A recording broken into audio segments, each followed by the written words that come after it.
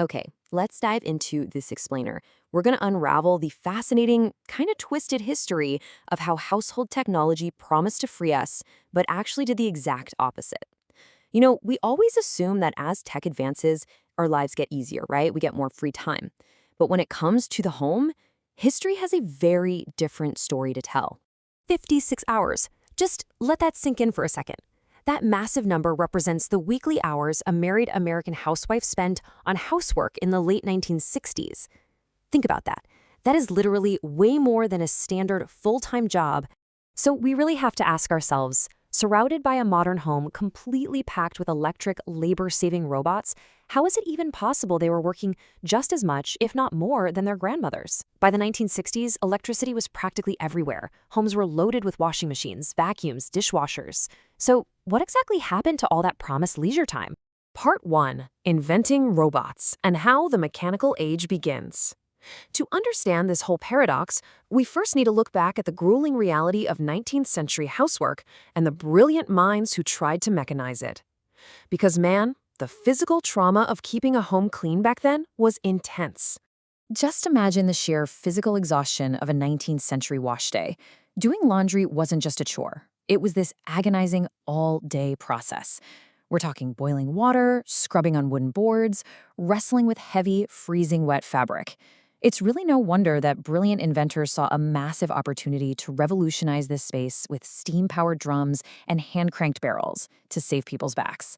And in rapid succession, early engineering gave birth to the foundational domestic robots we still rely on today. The progress was wild. In 1892, George T. Sampson develops America's first automatic clothes dryer, finally moving laundry away from unpredictable weather. Fast forward to 1908, and the Hurley Machine Company gives us the Thor, the very first electric-powered washing machine. And by 1937, Bendix introduces a front-loading automatic washer that honestly looks surprisingly similar to the ones sitting in our homes right now. Then, there are people like Josephine Garris Cochran, who became a fiercely independent innovator out of pure necessity. Driven by frustration over chipped dishes and unpaid debts after her husband passed away, she famously declared, "If nobody else is going to invent a mechanical dishwashing machine, I'll do it myself." Her story is absolutely incredible. She didn't just complain about the tediousness of washing dishes, she literally engineered a whole new solution. The ingenuity of her design was a total game changer. She created these custom wire compartments to hold the dishes perfectly in place, rested them in a flat wheel inside a copper boiler, and then engaged a motor to pump hot, soapy water with actual pressure. This was a massive leap forward. I mean, earlier patents literally just had people hand cranking a paddle to splash water around. Her pressurized system, that eventually evolved into the modern KitchenAid. But there was a major catch. You could invent the absolute greatest dishwasher in the world, but without piped hot water or electricity, which, by the way, fewer than 10% of American homes actually had in 1900, it was basically just a giant copper paperweight. It really wasn't until the post-World War II economic boom that infrastructure caught up, and these appliances truly entered the mainstream middle-class home.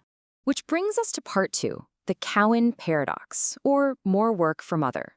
This is where the technological dream crashes right into sociological reality. The machines finally arrive in the homes, the power is on, the water is hot, so the heavy labor must be completely gone, right? Well, no. Instead of creating an era of endless leisure, these machines ushered in a highly perplexing sociological mystery. Ruth Schwartz Cowan famously coined the Cowan paradox in her groundbreaking 1983 book, More Work for Mother. She pointed out something that absolutely defied all basic logic about technology and labor-saving appliances. Despite half a century of incredible technological progress in the home, the data proves that homemakers were actually working 4 hours longer. Think about that. How does a woman with a shiny new electric washing machine, a vacuum cleaner, and a dishwasher end up working 56 hours a week compared to the 52 hours her grandmother worked while literally hauling water and scrubbing clothes on river rocks?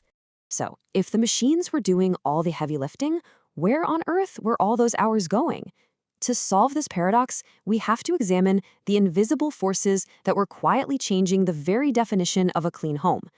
Because, sure, the machines were saving time on individual tasks, but the catch? The total number of tasks and the standards for those tasks were secretly skyrocketing. Part 3. The Gospel of Germs and a New Invisible Enemy. The first major culprit behind our mystery wasn't a machine at all. It was actually a massive shift in scientific understanding that completely changed the way human beings looked at their immediate environment. You see, technology saved physical effort, but it drastically expanded the volume and frequency of the work. Back in the 19th century, chores were low frequency but required intense physical labor, like grueling weekly laundry days. But in the 20th century, chores became high frequency with lower physical labor. Instead of doing laundry once a week because it was so exhausting, the ease of the washing machine meant laundry became an expected, daily chore. The labor was less backbreaking, sure, but it was absolutely relentless. And a huge reason for this was the science of bacteriology. As science revealed microscopic life, the perception of disease shifted from being seen as divine intervention to an issue of individual household hygiene. Suddenly, keeping a house clean was no longer just about tidiness. Armed with the knowledge of germs, it literally became a matter of life and death. The home turned into a battlefield. So the time saved by washing machines was immediately swallowed up by the demand for daily, flawless hygiene. Cleanliness was now equated with godliness and moral standing.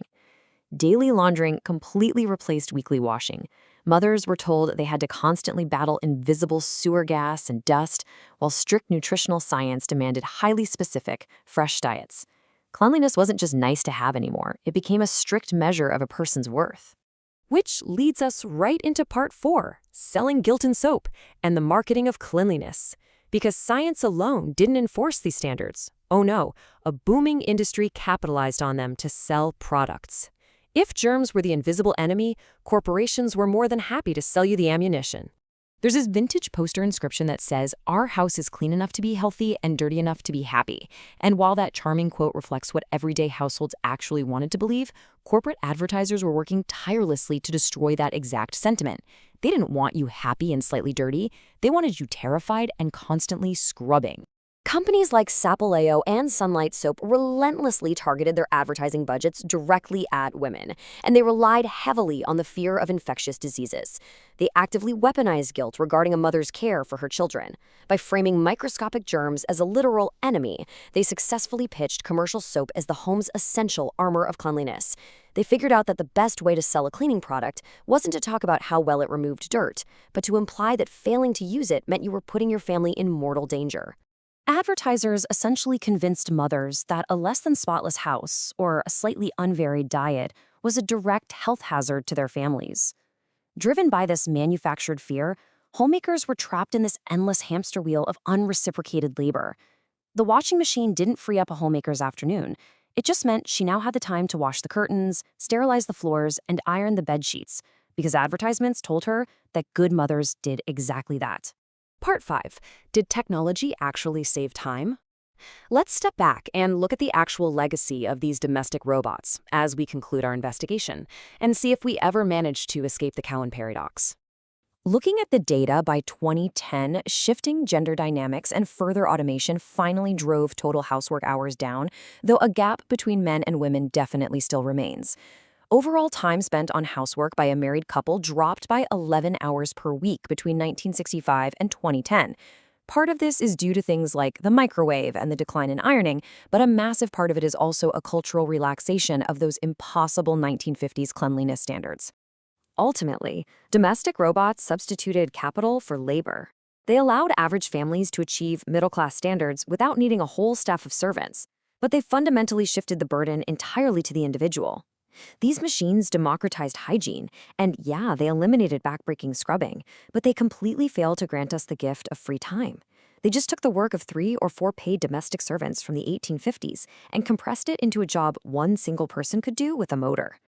So, as we integrate the next generation of robots into our lives, like AI and labor-saving apps, you really have to wonder, is history just repeating itself all over again? Are new digital tools actually giving us more leisure time, or are they just raising the baseline expectations of what we can, and therefore must, accomplish every single day? It's definitely something to think about the next time your washing machine beeps at you. Thanks for joining me on this explainer, and keep questioning the world around you.